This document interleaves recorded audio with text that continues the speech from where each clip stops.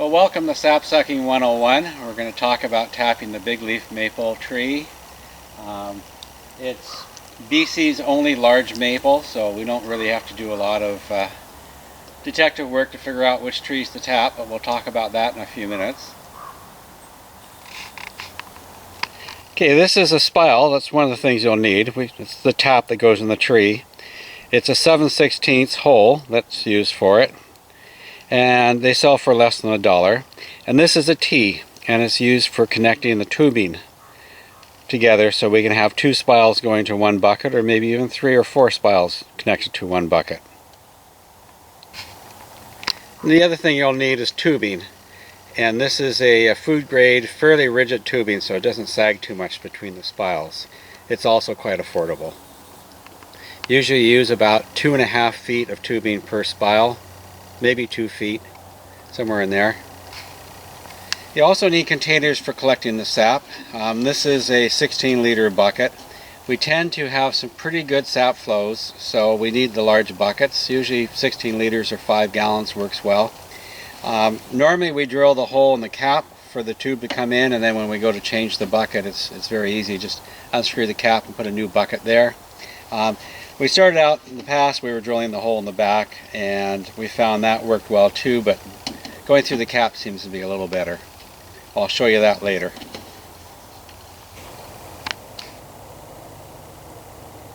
Okay, the first thing you want to do is make a good spot for your bucket. So you may have to prune a little bit of brush back, and then take your foot, make a little spot so the bucket's not going to fall over when it's half full of sap, and then place the bucket where it's going to go. Okay, the next thing we should talk about is the tools you'll need. You'll need a pair of pruners, which you just saw a moment ago. They're for cutting the tubing and also cutting the blackberries and other bushes that might be in your way. So they're very handy. Okay, you also need a hammer, and just for driving the spiles into the tree. And you can see I've got flagging on this hammer.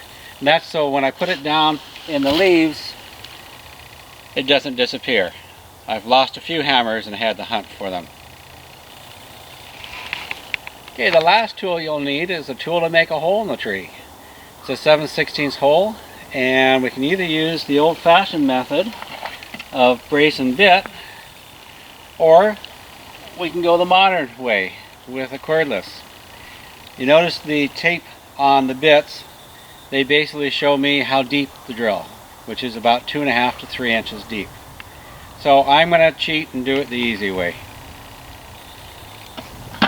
Okay, I've got a tree here I'm going to drill, and you can see where we've drilled before and it's healed over. So I'm going to find a new spot that's over a little bit and down a little bit or up a little bit and put a hole in.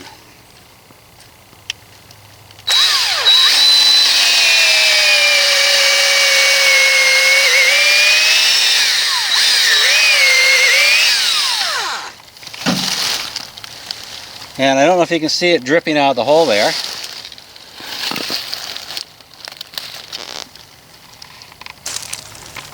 Okay, now I'm just going to put the spile in the hole. And the hole was drilled at a slightly uphill angle.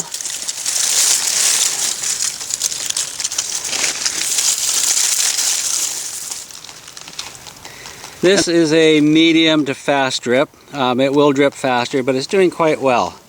So I want to make sure the spile is deep enough that it doesn't leak around the spile.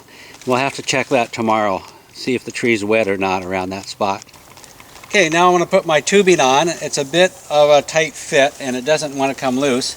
So first thing I have to do is measure it for length, and I want it to go quite a ways in the bucket. So I'll cut it about there, and I'll stick the tubing on. There we go. And we're just going to watch for a minute and see if there's any upward pressure in this. So we'll stop the camera and we'll give it time to start the fill. Okay, you can see the sap rising in the tube now as it keeps coming up. So there's pressure in this tree, and when you think of it, this tree has to push that sap probably up 30, 40, 50 feet, some trees 100 feet to the top. But you can see the sap level now, it's just continuing to rise. The spile is quite a bit down. It's about 6 inches to a foot lower. And if I hold this for a while, it's going to go right to the top and overflow. Get my hand all sticky.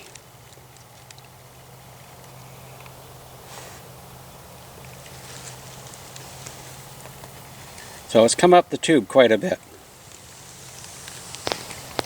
Alright, so I'm going to stick this in the bucket, and we should probably be able to hear all that sap run into the bucket.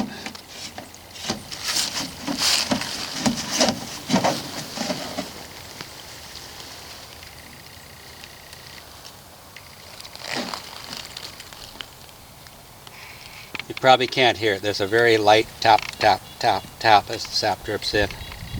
Okay, time to go tap another tree.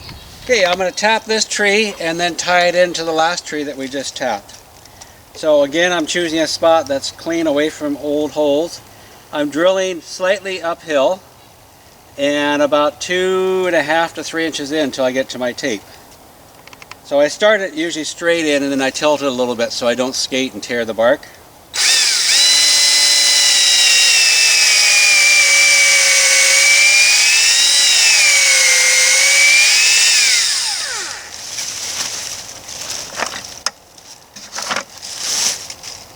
And we have a gusher. And I've lost my hammer already. There it is.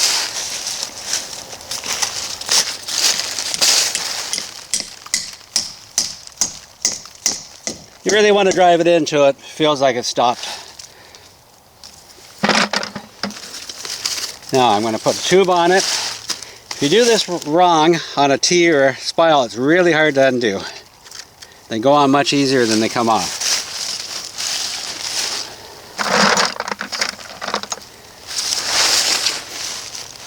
Okay, so what I want to do is I want to put this in right here. So, and I don't want any sags in the line if I can avoid it. The sags, unfortunately, will sit in the sun with sap in them, and the sap can ferment. Okay, so I got that like that. I don't know if you can see through my hand. Now I'm going to cut this and join it in.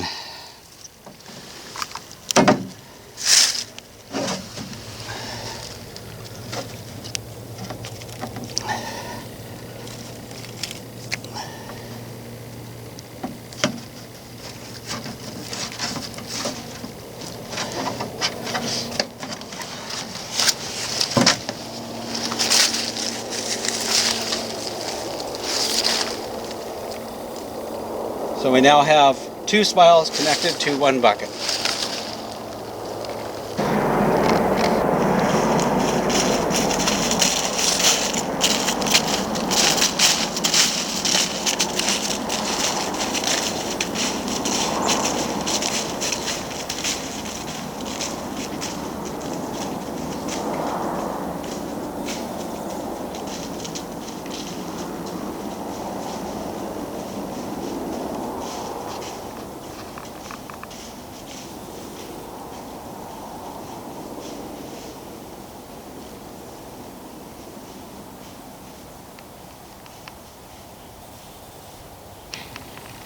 This tree is lower on the property in a colder belt, shadier area, and it's often delayed, the flows on it, a couple days from when the other ones start to flow.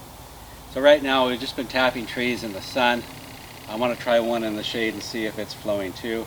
So I'm going to go ahead and drill this.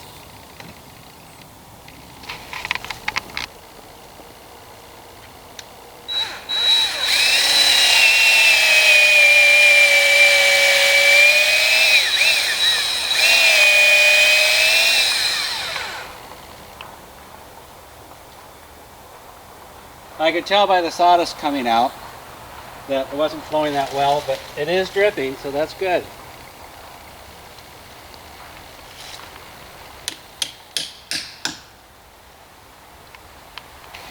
When you drive the spile in, the drip sort of stops for a moment till it backs up around the spile, and then you'll see after a minute or two the drip will start.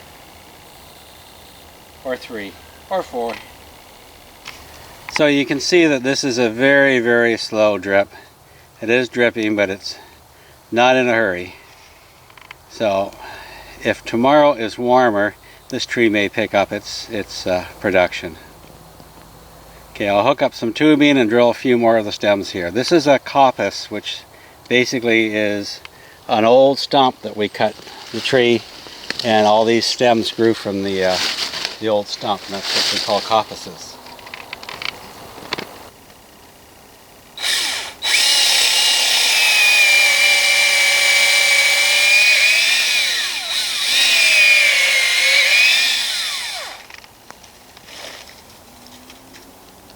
Okay, this hole is wet, but like the other one, it's a very slow drip, I can see.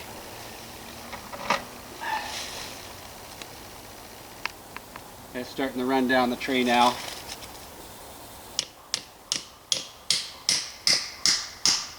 You can hear the sound change when I hammer this in. You can see it dripping right here.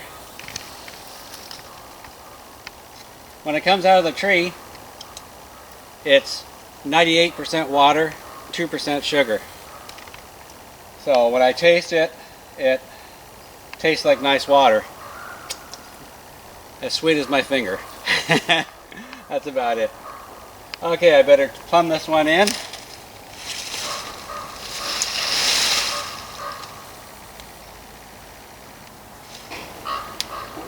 Okay, this is what I call a plumber's nightmare. This is not a good example of tapping a bunch of trees and hooking them up right. But what I'm trying to do is I'm trying to get a steady grade for all my tubing so that there's no pockets of sap sitting in the sun. Right now it's a little high here compared to right here. We got a low spot. This should be the low spot. So I'm going to try and just change that by adding a little bit of weight to it right there. And that pretty well does it. So you can do little tricks like that. Once the tubing sat there for a few days, it does relax a little bit and it will stay better on its own.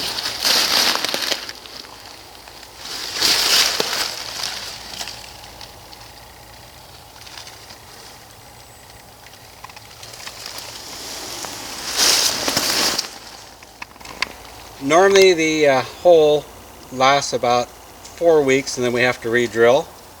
If it's dry for a period of time, we may have to re-drill sooner. So I put a tag on it, just a date, and I'll do it usually on the hole that's closest to the bucket. There shows that we tapped this one on January 5th, 2014. This is what we affectionately call our sugar bush. It was a stand of maple that we milled for lumber, and it has regrown into coppices, and we've basically spaced the coppices. We continue to space them as they get bigger. We want about 3 to 8 coppices or stems per trunk, and we can tap each of those. They have a big root system, so they produce a lot of sap, and they're growing very quick.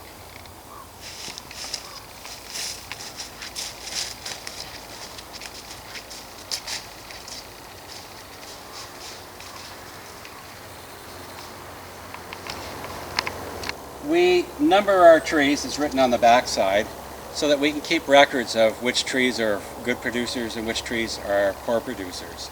Generally, good producers will produce well each year, and the poor ones will be poor producers each year.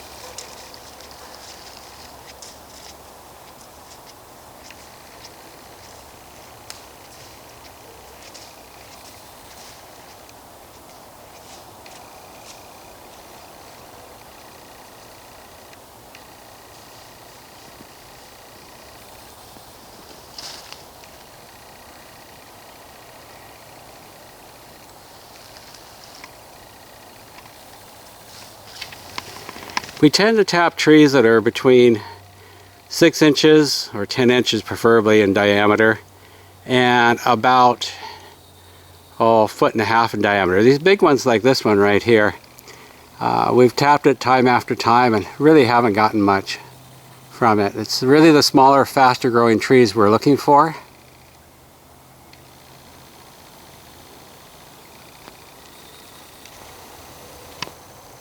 In choosing your trees, one of the first things you want to do, of course, is pick a maple. And you can tell maples by the branch structure once you get used to it. The easiest way, of course, is the leaves when the leaves are on the tree. Seeing the ground covered in maple leaves, probably a pretty good indication that you're near a maple. This is a very good indication of a tree that's probably a high producer. The sapsuckers have come along and made a hole or a strip of holes all in a row. And that's what we look for to see if we can find really good trees. Okay, when choosing trees, we're looking for something that's got a big crown. So like this tree has a fairly large crown, a lot of branches. It's vigorously growing, and it's in a sunny location. As you can see, the sun's moved a little bit, but generally it gets sun most of the day. And it's either dominant or co-dominant. We don't want a tree that's being shadowed by a fir or a cedar. We also don't want to tap too close to a cedar too, because it does affect the flavor. So you can see right here that this bucket is getting fairly full. It's what, about a third full or so. And so that was just tapped yesterday. So here's another one that we tapped yesterday. And you can see it's not a lot in the bucket. We've probably got maybe 3 liters from 3 spiles in 24 hours. So that's a normal flow. On a really good sap run, we'll see this bucket filled up within 1 day. And occasionally we actually have to empty the buckets twice a day. But those are when we have exceptional tapping weather, which means a cold night and then followed by a warm sunny day. This is the preferred method of putting the tube into the jug, drilling the cap. And you have to be careful when you drill the cap. You turn it upside down. Use the same drill that you use for drilling the tree, so a 7/16 drill or 11 millimeters if you're metric. And it just makes it easier to change the jug. And what's a little depressing is when this jug is full, that much sap will make approximately 1 cup of syrup, or 250 milliliters. So it's about a 40 to 1, 50 to 1 reduction ratio that we have to do to get our syrup. And it all depends on what the sugar content of the sap is.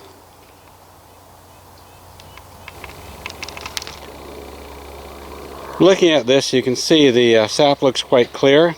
In reality, it's just like water. When you pour it, it looks identical to water. It doesn't change color till you actually start to cook it, and at that point the sugar gets caramelized and we start getting the kind of the tan maple color, or the gold color as we like to call it, our liquid gold. Okay, here's one of my better jobs plumbing. You can see everything's going downhill. And this bucket, it's full up to where the leaves are, so it's got, probably 3 inches of sap in it. Not great, but not bad. And the sap can last probably about 3 days if it's warm, or up to about 6 days before you have to go ahead and start boiling it or freeze it or do something to stop the yeast from growing.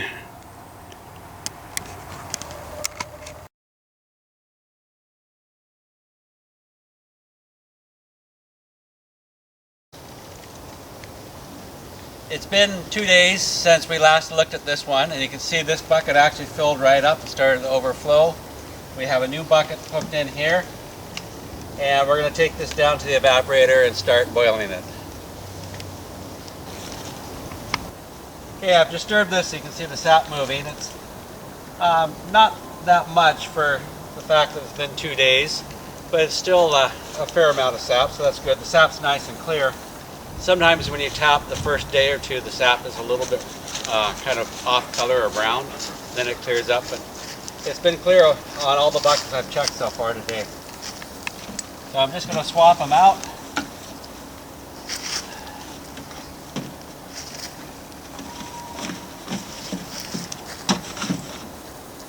And take this to the evaporator.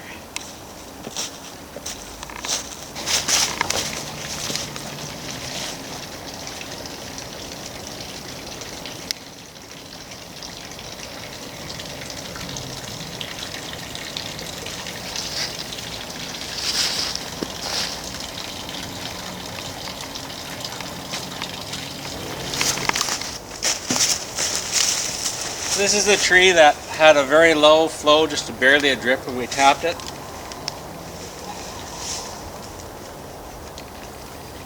There's a little bit of sap in there. It's a little brownish, but not too bad.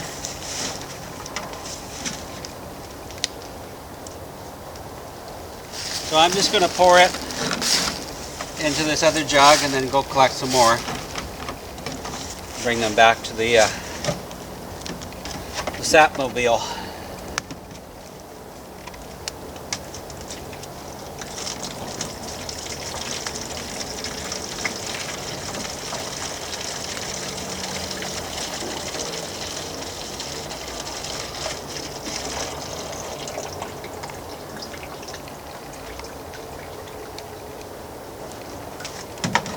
So even if there was just a little bit in here, we still have to collect it, otherwise it'll start to ferment.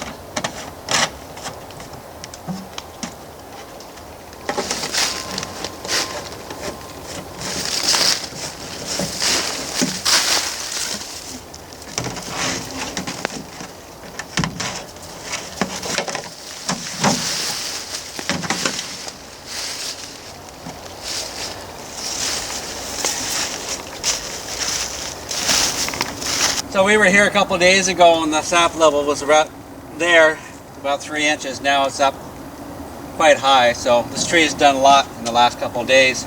The weather has changed from sunny to rainy, which usually slows the sap flow down, but so far it hasn't. We'll see tomorrow if it makes a difference.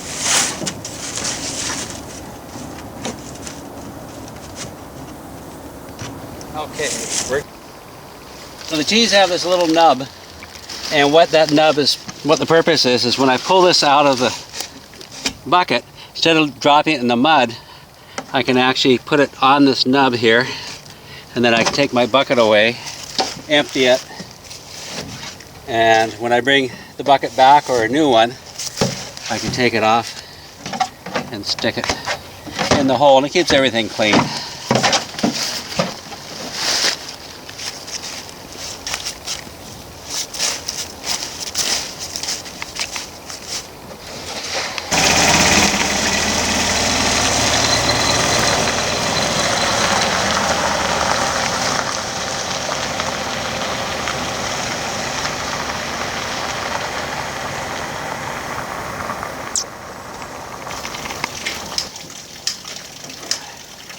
So you want to make sure you get some sap in the pan before the fire really gets going.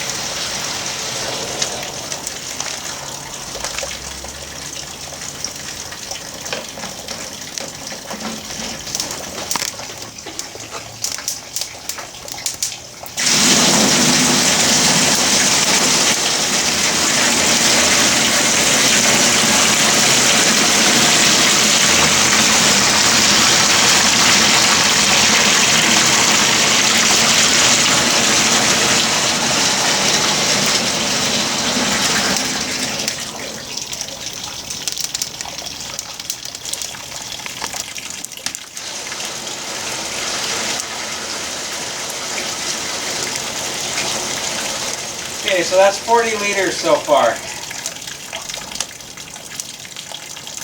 Now we'll go harvest the rest. It's starting to simmer, but it hasn't boiled yet. About every 15 minutes to an hour, somewhere in there, you have to come out and take the foam off. Usually we just skim it with a strainer.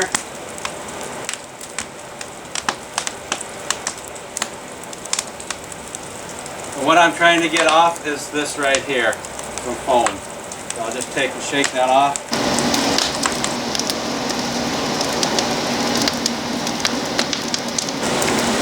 Not everyone has an evaporator, so there's a lot of other different ways we can boil the sap down. And you'll see that in the next few slides that I put in this presentation. You can do it on the wood stove in your house, you can do it on the kitchen stove, You can make a small evaporator using a smorgasbord pan, what's known as a steamer pan, and an old wood stove, or you can use propane, or you can use a Coleman stove with white gas. A lot of options.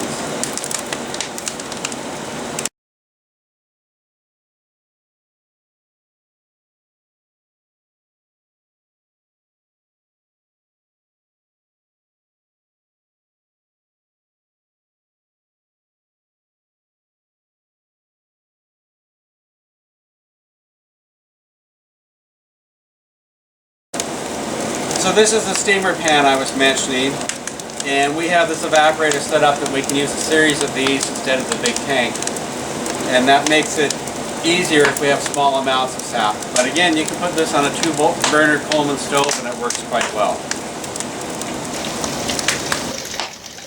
The sugar is starting to caramelize, which is giving it a little bit of a brown color now. And we're also starting to be able to smell the aroma of the maple and the steam.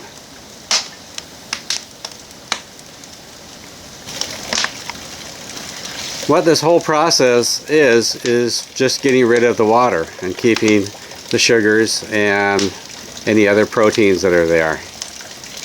So the steam is basically water vapor leaving, and the longer we boil it and the more steam comes off, the more concentrated the sap becomes. We start at 2% sugar roughly, and we're trying to reach 66.5% sugar. So that shows how much water we have to get rid of. So we've got a very good boil going right now. You can see the foam that's starting to form on the top again, so I'll have to take the strainer and remove that foam. The white foam's not so bad. It's when the foam has a yellow or brownish tint that it really needs to be removed due to flavor reasons.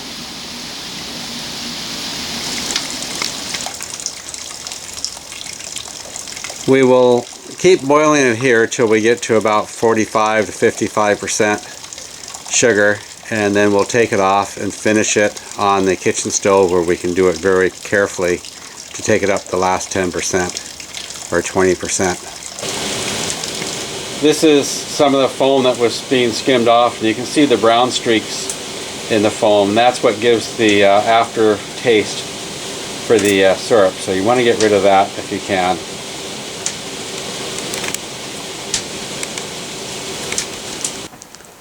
So the sap evaporated in the evaporator down to about 11 liters, and it's been taken off, and it could have gone onto the electric stove, but we decided to put it on the wood stove and let it slowly evaporate down.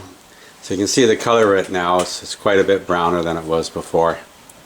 And we'll keep going with this till it gets down to about the right level, and then we may finish it on the kitchen stove. It's the next day, and it's been cooking overnight, and you can see it's quite low in the pan now.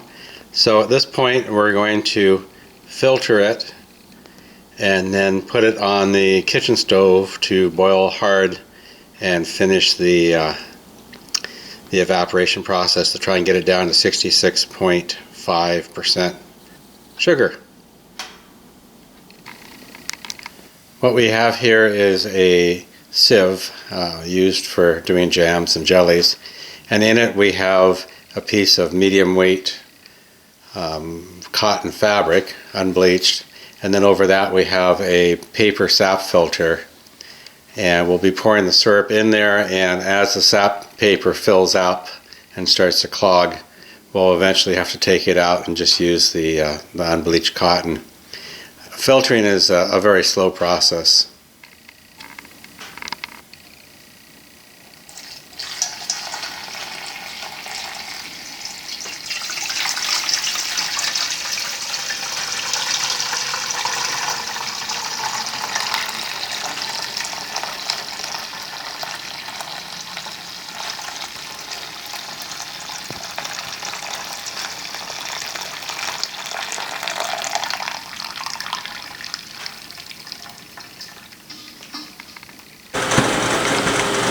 As you can see, it's boiling on the stove right now, and it's starting to form a little bit of foam, which I'll scoop out of there.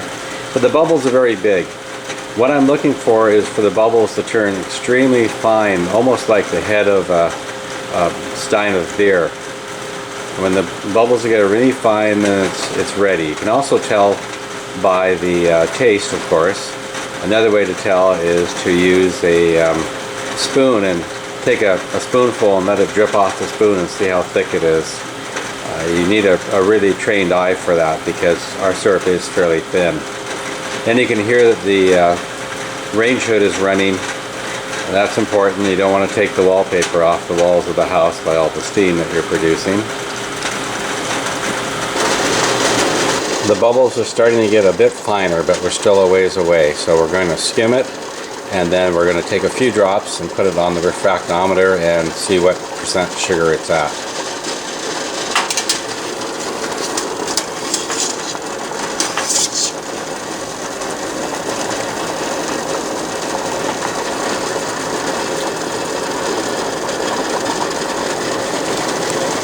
I've put a few drops on the refractometer and held it up to the light, and it's registering at 57.5% sugar right now.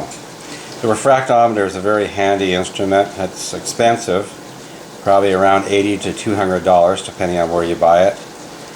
And a thermometer can be used instead to measure temperature, but it's not quite as accurate as a refractometer and certainly not as easy.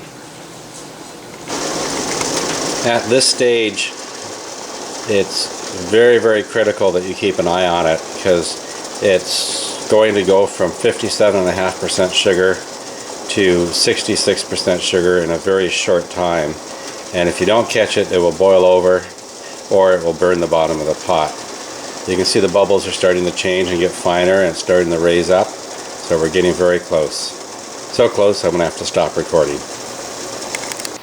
So we're up to 62% sugar here. I've got it turned way down so it doesn't boil over.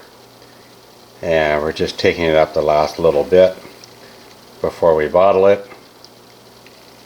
This was 68 liters of sap when we started. We're down to about 1.5 liters or so, or even less. The last step is to take the hot syrup and pack it into a clean, washed, sterilized bottle. You can also freeze it if you don't want to do that.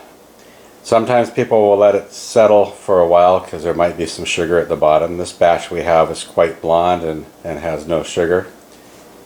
Normally we use a coffee urn and we'll actually pour our syrup. We'll save quite a bit and pour it all in at one time, heat it up, and then bottle it using the coffee urn, and that seems to work quite well.